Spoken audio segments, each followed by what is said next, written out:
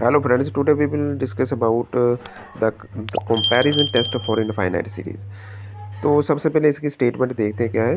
अगर हमारे पास कोई भी दो सीरीज है, let a n and b n be two series such that limit n tend to infinity a n upon b n. A n क्या है, जो भी इनफाइनाइट सीरीज फर्स्ट है उसकी जो nth टर्म है वो हमारे पास ए एन है, और जो सेकंड सीरीज है उसकी जो nth टर्म है वो हमारे पास बी एन है।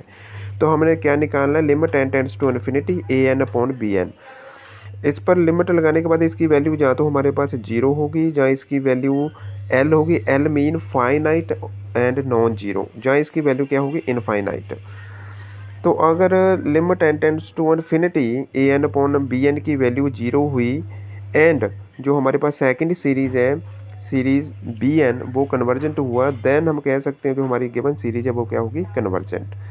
अगर हमारे पास limit n tends to infinity a n upon b n की वैल्यू इन्फिनिटी आ जाती है, फिर हमने ये चेक करना है जो हमारे पास सेकंड सीरीज है वो डाइवर्जेंट है। अगर वो डाइवर्जेंट हुई देन हम ये कह सकते हैं जो गिवन सीरीज है वो क्या होगी, हमारे पास डाइवर्जेंट। और थर्ड, अगर limit n tends to infinity a n upon b n की वैल्यू हमारे पास एल है, L mean finite and non zero हुई, तब हमारे पास जो सीरीज ए एन और सीरीज बी एन है कन्वर्ज और डाइवर्ज टूगेदर। दैट इज, अगर एक कन्वर्ज करेगी तो दूसरी भी कन्वर्ज कर जाएगी, और अगर एक डाइवर्ज करेगी तो सेकंड भी डाइवर्ज करेगी। तो इसके रिगार्डिंग हम कुछ जहाँ पर एग्जांपल्स चेक करते हैं। सबसे पहली एग्जांपल है, discuss the convergence of the series. एक हमें सीरीज दी गई है जे वाली, comparing it with the standard series a n. तो ए एन कितना आ गया हमारे पास, जो भी इसकी nth टर्म है, 3n³ + 5 डिवाइडेड बाई 7n⁻7 + 2। तो जहाँ से हमने जो बी एन है वो, जहाँ से जो ए एन है जहाँ से हमने बी एन को बनाना है। देखो बी एन की वैल्यू कैसी होगी, बी एन की वैल्यू नॉमिनेटर में से जो एन की मैक्सिमम पावर है वो आपने ले लेनी है, और डिनोमिनेटर में से जो मैक्सिमम एन की पावर है आपने वो ले लेनी है। जैसे नॉमिनेटर में एन की मैक्सिमम पावर कितनी, n³ और डिनोमिनेटर में एन की कितनी मैक्सिमम पावर है, 7। तो हमारे पास आ गया n³ डिवाइडेड बाई n7। जब इसको कैंसिल करोगे तो इसकी वैल्यू कितनी आ जाएगी, 1/n⁴। तो बी एन की वैल्यू हमें फाइंड आउट होगी। अब हमने क्या फाइंड आउट करना है, limit n tends to infinity a n upon b n. तो जहाँ पर अब हम लेंगे limit n tends to infinity a n upon b n. A n की वैल्यू कितनी है हमारे पास, 3n³ + 5 डिवाइडेड बाई 7n⁻7 + 2, और बी एन की वैल्यू कितनी है, 1/n³। और जब ये वैल्यू को हम इसका रेसिप्रोकल ले लेंगे तो हमारे पास आ जाएगी n⁴ डिवाइडेड बाई 1। नॉमिनेटर में से आपने n की मैक्सिमम पावर कॉमन ही निकाल देनी हमारे पास, जहाँ जैसे n⁻7 कॉमन निकल रहा है, और डिनोमिनेटर में से भी आपने n⁻7 को कॉमन निकाल लेना है। तो जो अंदर टर्म बचेगी वो कितनी आएगी, जहाँ से आएगा 3 + 5/n³, और डिनोमिनेटर में आएगा 7 + 2/n⁻7। तो जब आप जहाँ पर n की वैल्यू इन्फिनिटी पुट करोगे तो कितनी वैल्यू आ जाएगी हमारे पास, जहाँ से देखो कितनी आ जाएगी, जहाँ आएगी 3 + 5 डिवाइडेड बाई इन्फिनिटी, तो आ जाएगा 3 + 0, दैट इज कितनी वैल्यू आ जाएगी, 3। तो नॉमिनेटर में कितनी वैल्यू आ गई है, 3।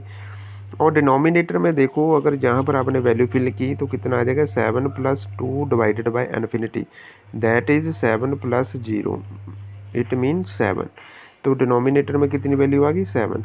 तो लिमिट लगाने के बाद a n upon b n की वैल्यू हमारे पास कितनी आ गई, 3/7, that is it is equal to L, finite and non zero. तो बट फिर क्या करना, अपने सीरीज बी एन चेक करनी है। सीरीज बी एन की वैल्यू कितनी है, सीरीज 1/n⁴। तो यही सीरीज कन्वर्ज करेगी according to P test. P test क्या है हमारे पास, देखो पी टेस्ट की वैल्यू ये होती है, इसकी स्टेटमेंट ये है, ये वाली जो सीरीज, कोई भी ऐसी जो सीरीज है, series 1/n⁻p, it is convergent if जो n की जो पावर है अगर वो 1 से बड़ी हुई, और it is divergent if p की वैल्यू 1 से कम जहाँ 1 के इक्वलेंट होगी तब। तो अब इस वाले क्वेश्चन में जो हमारे पास जो सीरीज बी एन है, इसमें जो अगर इसको p टेस्ट लगाएंगे तो n की पावर कितनी है, 4। तो जो पावर होती है वो p होता है, p की वैल्यू कितनी है, 4। तो p की value it is greater than 1 है। ग्रेटर देन 1 का मतलब अगर p टेस्ट लगाएंगे तो ये वाली जो सीरीज होगी हमारे पास क्या हो जाएगी, कन्वर्जेंट। तो अगर ये कन्वर्जेंट हो जाती है तो अकॉर्डिंग टू जो हमारा टेस्ट है ये वाला, इसमें ये थर्ड केस आ रहा है, जो देखो limit n tend to infinity a n upon b n की वैल्यू l है, तब a n and b n both क्या करते हैं, both behave like that is converge और डाइवर्ज टूगेदर। तो जहाँ पर हमारे पास जो सीरीज बी एन है वो कन्वर्ज कर जाती है, अगर बी एन कन्वर्ज कर जाती है तो हमारे पास जो गिवन सीरीज है वो भी क्या करेगी, कन्वर्ज कर जाएगी। तो एक और क्वेश्चन देखते हैं, सेकंड एग्जांपल देखो, discuss the convergence of the series. ये वाली हमारे पास एक सीरीज दी गई है, देखो इसमें सारी की सारी टर्म नॉमिनेटर में है, डिनोमिनेटर में कोई भी टर्म नहीं है। तो सबसे पहले इसको रैशनलाइज करना पड़ेगा, इसकी डिनोमिनेटर में हमें टर्म लानी पड़ेगी। तो देखो इसको रैशनलाइज किया, रैशनलाइज करने का मतलब भाई ये वाला जो इस वाली टर्म में जो सिंबल है नेगेटिव है उसको जहाँ पर हमने पॉजिटिव कर कर नॉमिनेटर और डिनोमिनेटर में मल्टीप्लाई कर दिया। तो नॉमिनेटर वाली जो टर्म है वहाँ पर हमारे पास एक फैक्टर आ रहा है ए माइनस बी और एक आ रहा है ए प्लस बी। तो ए माइनस बी और ए प्लस बी, अगर इसको आप मल्टीप्लाई करोगे तो कितनी वैल्यू आती है, a square minus b square. तो नॉमिनेटर में जे वाली टर्म आ गई a square minus b square, और डिनोमिनेटर में कितना आ जाएगा, square root n square plus 1 plus n. तो जहाँ पर स्क्वायर के साथ जे स्क्वायर रूट कैंसिल हो जाएगा तो हमारे पास कितना आ गया, नॉमिनेटर में हमारे पास आ जाएगा 1 और डिनोमिनेटर में कितना आ गया, square root of n square plus 1 plus n.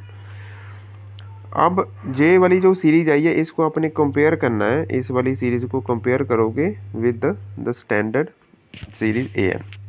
तो हमारे पास ए एन की वैल्यू कितनी आ जाएगी, 1 upon square root of n square plus 1 plus n. और जहाँ से बी एन की वैल्यू देखो कितनी फाइंड आउट होगी, बी एन की वैल्यू कितनी आएगी, नॉमिनेटर में से मैक्सिमम एन की वैल्यू जहाँ पर एन की वैल्यू नहीं है तो 1 आएगा, डिनोमिनेटर में एन की मैक्सिमम कितनी वैल्यू आएगी, एन, तो वो वैल्यू लिख दी हमने जहाँ पर। तो इसके बाद अब हमने limit n tends to infinity a n upon b n करना है। तो limit n tends to infinity a n की वैल्यू कितनी है हमारे पास, जे वाली ए एन की वैल्यू है और जे वाली बी एन की वैल्यू का रेसिप्रोकल कर दिया हमने। तो नॉमिनेटर वाली टर्म जब आपस में मल्टीप्लाई करोगे तो हमारे पास आ गया एन, और डिनोमिनेटर वाली टर्म में से अगर आप एन कॉमन निकालोगे तो हमारे पास जे वाली कुछ टर्म आएगी। देखो इस वाली टर्म में से अगर आप एन कॉमन निकालते हो तो कितना आएगा, देखो जहाँ एन स्क्वायर पहले तो कॉमन निकला तो आ जाएगा 1 प्लस 1 अपॉन एन स्क्वायर, इसका स्क्वायर रूट है। तो जे वाली जब टर्म आउटसाइड जाएगी तो हमारे पास आ जाएगा ओनली एन, तो बाकी टर्म कितनी आएगी, 1 प्लस 1 अपॉन एन स्क्वायर। तो जे वाली टर्म फर्स्ट वाली जो टर्म है इसमें से एन कॉमन निकल जाएगा और सेकंड वाली जो टर्म है उसमें से जे वाला एन कॉमन आउटसाइड हो जाएगा। तो इसके बाद अब जे वाले एन के साथ जे वाला एन कैंसिल हो जाता है, limit n tends to infinity fill करोगे तो इस वाली टर्म में जब आप फिल करोगे तो कितना आ जाएगा, 1 upon square root 1 plus 0 plus 1। तो जहाँ पर आ जाएगा हमारे पास वैल्यू आ जाएगी 1 अपॉन 2। तो जहाँ वैल्यू कितनी आ जाएगी, limit n tend to infinity n upon b n की वैल्यू आएगी 1 अपॉन 2, और ये value finite and non zero है। इसका मतलब जो series a n and b n है कन्वर्ज और डाइवर्ज टूगेदर। अब जो बी एन वाली सीरीज है हमारे पास उसको हमने चेक करना है भी वो कन्वर्ज करती है या डाइवर्ज करती है अकॉर्डिंग टू पी टेस्ट। तो ये वाले हमारे पास सीरीज है, सीरीज बी एन की वैल्यू कितनी है, 1 अपॉन एन।